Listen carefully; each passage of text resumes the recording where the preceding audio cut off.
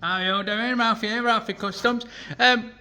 We're nearly there on this rigid Sportster refabrication, if you like. I've called it rebuild. I think I've called the playlist for that nice Mr. Nige, but it's a bit of an hiccup. Like I'll show you.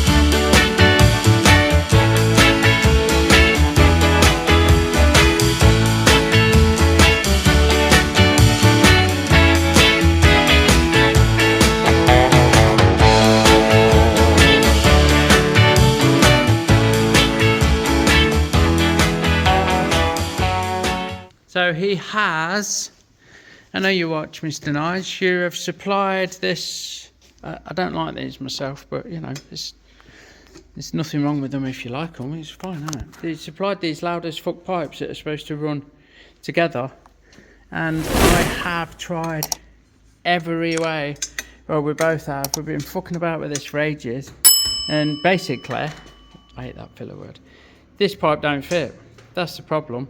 It's too short here and it fouls the back brake and everything when it swings down to meet its mate. I can't do it one-handed.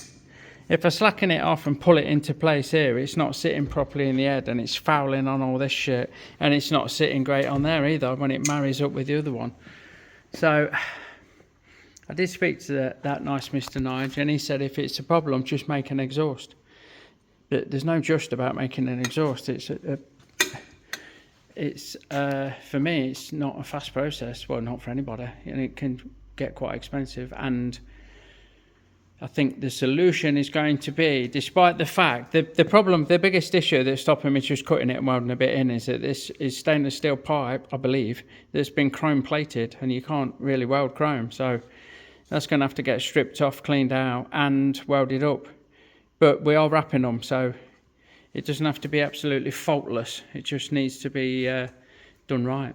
So I think what we're going to do is cut it here and put a piece in. I've got a piece. I have got a piece of stainless that's the right size. So yeah, I think that's what we're going to end up doing. So long as I can get the chrome off good enough to weld it, which might be a bit of a pain in the arse, but we'll see. So we'll have this one off without dropping my nuts with her missus. Well, and then we'll see what the angle of the dangle is going to give us. So now we've got a bit of something to play with, look. We can drop this one down. This one fits good. It does fit good. There. We'll just lift it a little bit off the back brake linkage. Fucking hell. And this one should sit there. But it don't. And if I tighten it up, it's not level with the head, it's all over the fucking shop, and it's hitting on there. So I'm thinking that it needs to come out a little bit, or get cut a little bit, or something. So we'll have a look. So that's about where they're supposed to sit, although they don't sit great at that. And this one is battering the fucking brake, that's the cylinder. So I'm thinking that it needs to come out. So it needs extending here, or it don't sit too bad on the angle. So it's not even a case of increasing or decreasing the bend. If I make it longer here, it's going to be hitting that one too hard, because that one's just nipped at that. If I make it longer there, then it's going to come out more and miss that. So what we need to do is get the chrome off it, take it off, get the chrome off it, and put a little piece in. I think that is going to be the way that we're going to do it, if we can get the chrome off and weld it all right. Right, so I usually use a cable tie. I'm going to mark a pen where the cable tie needs to go, and I also need to get that ring off, and I've struggled because it's tight as fuck. But what I'm going to do is I'm going to come from this end with a cable tie, and I don't know if you can see on camera, but this don't exit straight. It's on a bit of a bend, so we've got a little gap at the top, at bottom, and a big gap at the top. And from there, if my pen will work on this stuff, I can come in and I can mark myself a cut line. That's proper tight, I'm not happy with that. Let's ease that back a bit. It's a fiddly one. I don't want to be on 2 bends because it's going to be hard to match it when I come to weld a piece in. So we'll give ourselves a line like that, and then I'll get the cutting disc and follow that line and cut that bit off.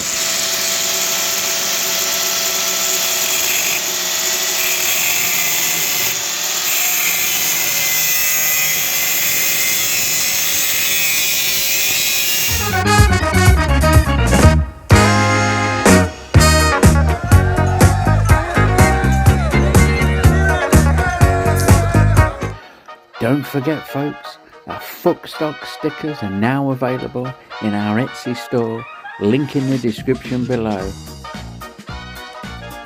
Fuckstock, you know it makes sense. Right, this now, hold on, turn that fucking rail off, take that off, look, take that off. This needs to be dead flat, so what I do is get the worst of it off with a round, with a flat disc,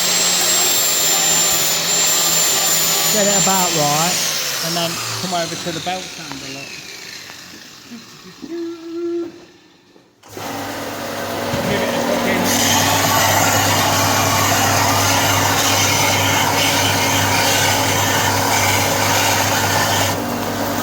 Still all the scratch lines fucking line up. It's a bit low there, so...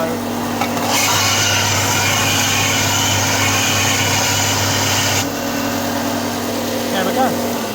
That'll give us a bit of a chance of making a nice joint. Now we need to get the chrome off it inside and out, and inside I don't have to be this stepped at all, it just happens to be in the die grinder. We're going to give it large. I might need to swap this tool out actually to one that's not fucking stepped, but I think we might be right. And I can't see where the chrome starts and stops. I don't know if there's any copper. There won't be copper back, will there? I think they're made in fucking China, so we'll have to fucking give it large and hope that we're alright, I think. Okay, so I'm going to make myself a little assembly aid in the form of a slug, sorry, a sleeve, that don't stay in place when we make the exhaust, but it helps me line everything up. We'll take a piece of this exhaust tube, and we'll slice a piece off once this breaks through, and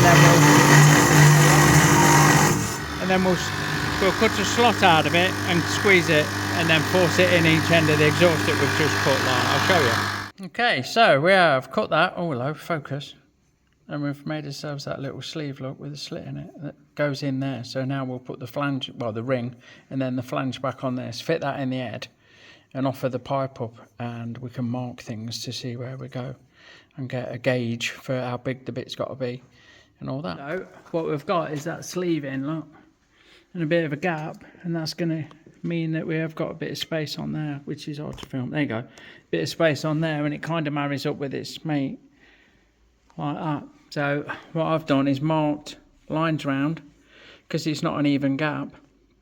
We might need a bit of a pie cut. And I've marked lines across so we can pull that out and then reassemble it on the bench, all being well. So we've got that back together on the bench, look, I'll show you.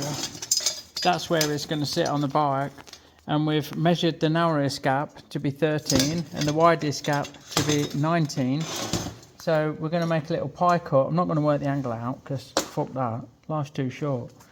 What we're going to do is mark off 13 on the masking tape, and then we're going to go directly opposite with eyeball it about there. We will have a bit of wiggle room, and then go 18, 19 there, and join those two up and cut it with a cutting disc, which I won't bother filming because it's just me cutting a bit of fucking tube. So what we've got, we've had to fucking MacGyver the clamp, and we need a little bend in it probably, because that was shit. And using that bit of sleeving as a guide, we've managed to approximate it. So now that bit goes in there, that bit goes on there, and we put a wee slight pie cut there is in this section that we're putting in, and then it's just going to tie in and miss. So We'll go over to the bench and get a couple of tacks on and hope that it's clean enough to weld and see where we are. So, with this all now disassembled, and we've given ourselves 3 little marks on both halves, we can get this tacked up and then have a look. So let's have a look. Let's get that as even as we can. This is not quite round, so it's going to be a bit challenging anyway. Right, anyway. Mm-hmm.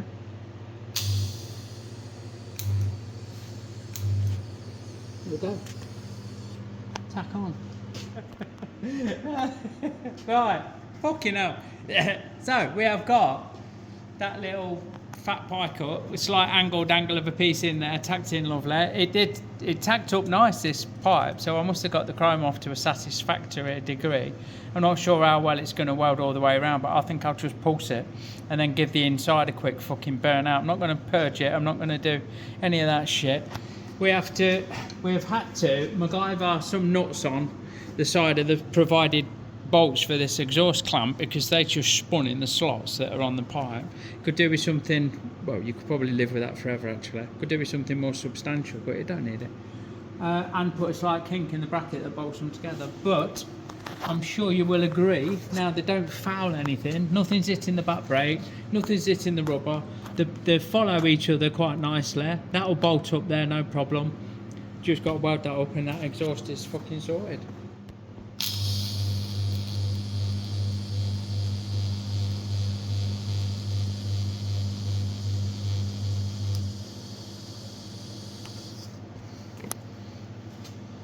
Right, so that is now welded up, and unless I've made a mistake, this might not go very well on film because it's fucking awkward to get everything in one place, but we shouldn't be a mile out when it comes to fitting it. So if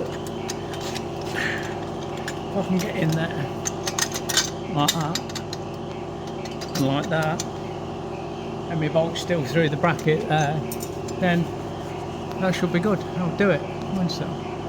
That'll do it. Righto, so that's it. Job's a fish. Bit of a fucking pikelet in there. Pikelets. I don't think Brown catches my videos, but we used to work with a bloke. His nickname was Pikelet, Richard Pikelet. Not Wing Commander Bystander. He was another one. Because he used to stand and watch Brown work instead of getting stuck in often, apparently. Wanted to be in the RAF and didn't make it. We were brutal. Wing Commander Bystander. Right, that is one LAF, loud as fuck, exhaust modified and fitted to that nice Mr. Nigel's Sportster. Right, we're going to pivot a bit on this for the rest of the day for us. We're going to, this is for Gilmore, because that's how he talks. Looks like Bigfoot, bless him.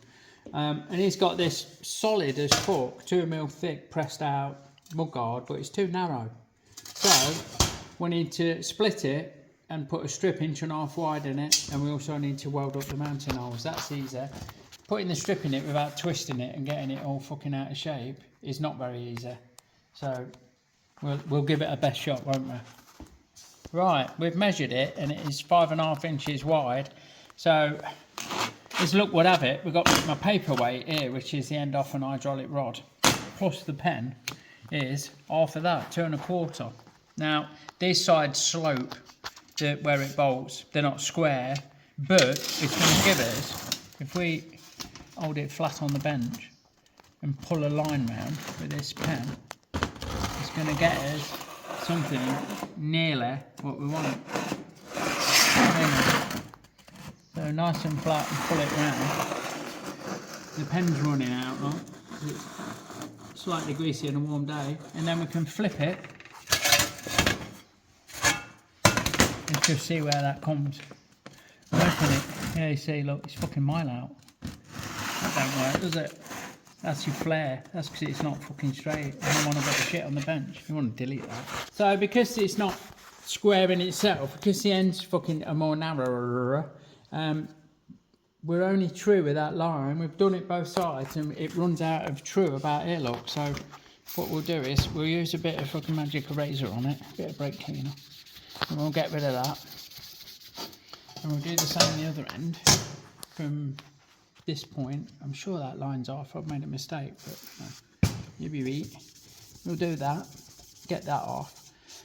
And then we will measure this end, mark the middle. We've got a middle line there. We'll put a rule on where the middle is when we mark it, and we'll do that. And that'll give us a nice cut line straight down the middle.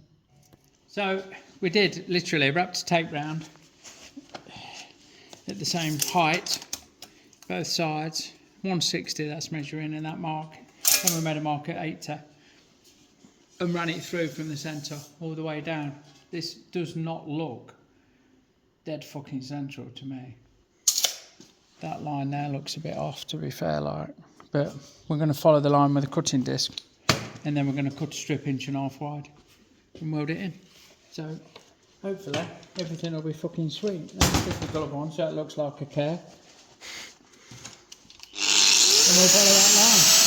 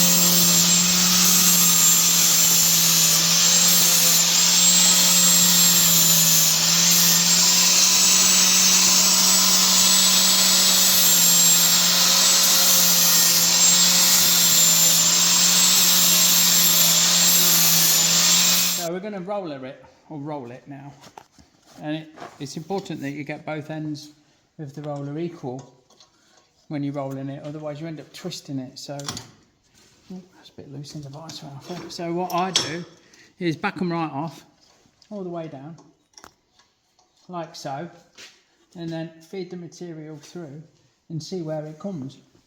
And as it stands, that's just touching, so we can go take the slack up on both ends like that and give it a twist. Go 1, 2, 3, 1, 2, 3. There's no graduations, unfortunately, so we can't be super accurate, but we could measure it. And then we need to give it a bit of a roll like so,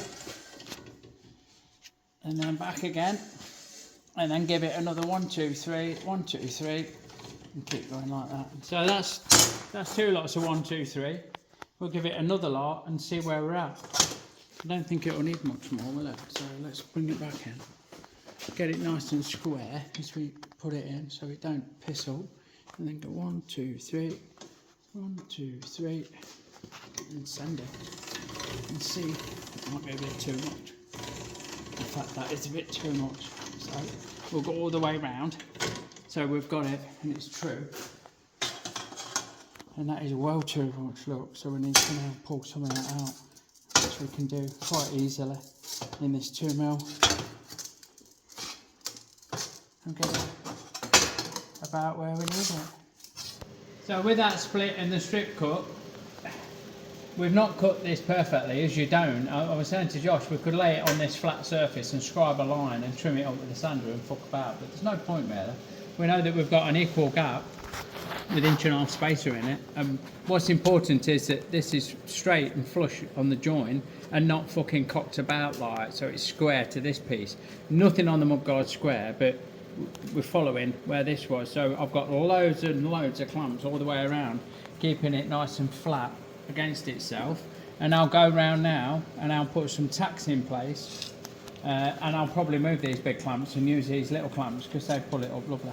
So let's get a few tacks on it. I'm going to get a tack right on the very end, and then I'm going to move along and following the clamps along. We're not just going to steam in and weld it because it'll come out like a fucking banana. So we're just going to tack it up first. Right, mind your eye. Down again. Down again. And so on. so forth. So because we can't get clamps in all the way around, now the second half's going in, we've got some tacks on and a clamp on that end, and we put a straight edge on, and we can see that this is slightly high on that, so we apply a bit of pressure and then get a tack on, mind your eyes. Oh, and again. And then we work our way around doing that. Look, and just go around doing that until we get it nice and flat. That next one's a bit high, so we push the middle bit down this time, and then get another tack on there, mind your eyes. Sorted.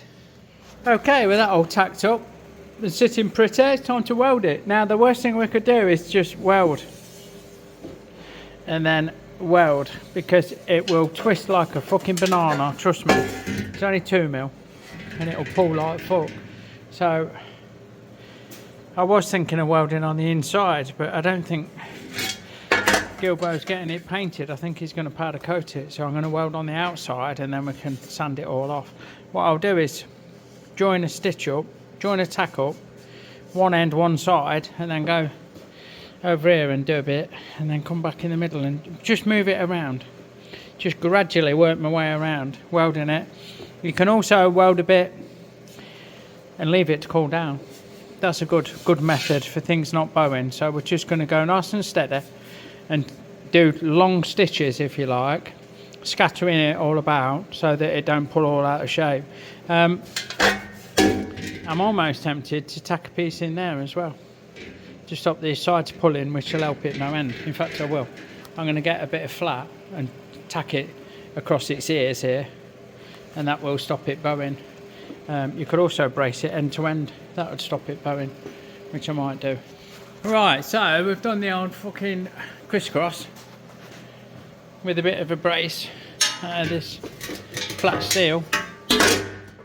Yeah, and now as I'm welding it, it won't twist as much as it would like to, I dare say, because what happens basically, again, hate that filler word, is when you weld it, it expands. The weld and all the material around it expands, but the bit that a lot of people don't get is when it cools down, it shrinks, and it shrinks back to less than it was before.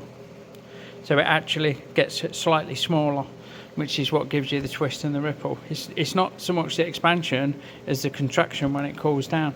Me and my best mate Brown, he used to straighten lorries out. Well, he straightened them and I helped dress them up and do stuff. And he used to eat things up red hot with a gas axe and then spray water on it, and it just shrink back to get ripples and bends and defects out of material, out of steel like. So yeah, I'll get that welded up here, there and everywhere, and then we can dress it all back.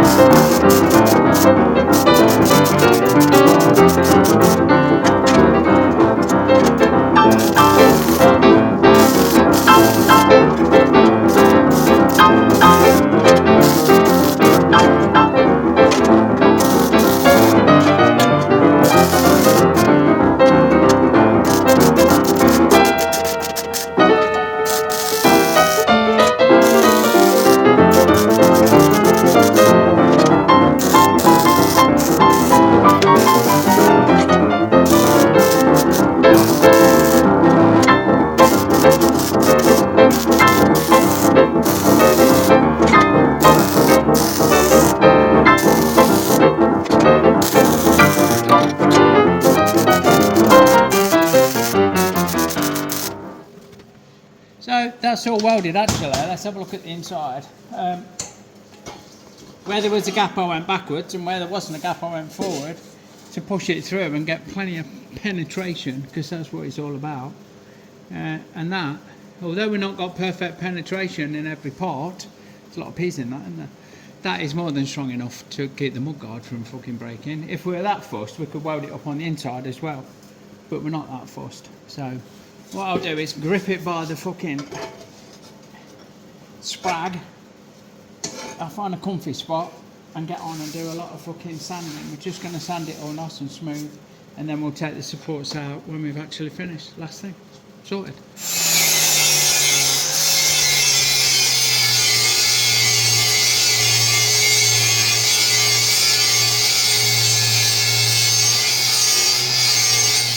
So last up, well, we're still, we've ground and we've sanded. I'm going to run over it with a DA just to get it a bit smoother than that.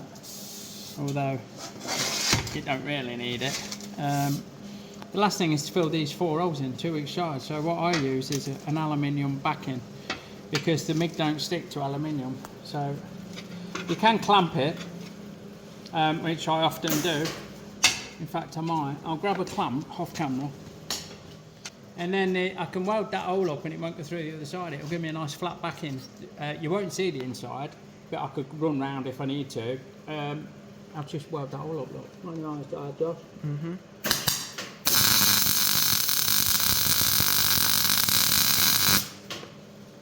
Like that, you see. And then when I take this off and show you the inside, it's pretty much flush. No big snotters, no dramas.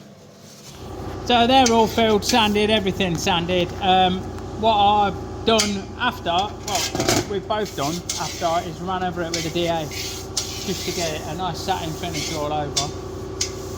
Make sure that we've not done any proper naughty bits that are going to show up on it, and we've not. So I'll just get this bit finished off and then the job's done.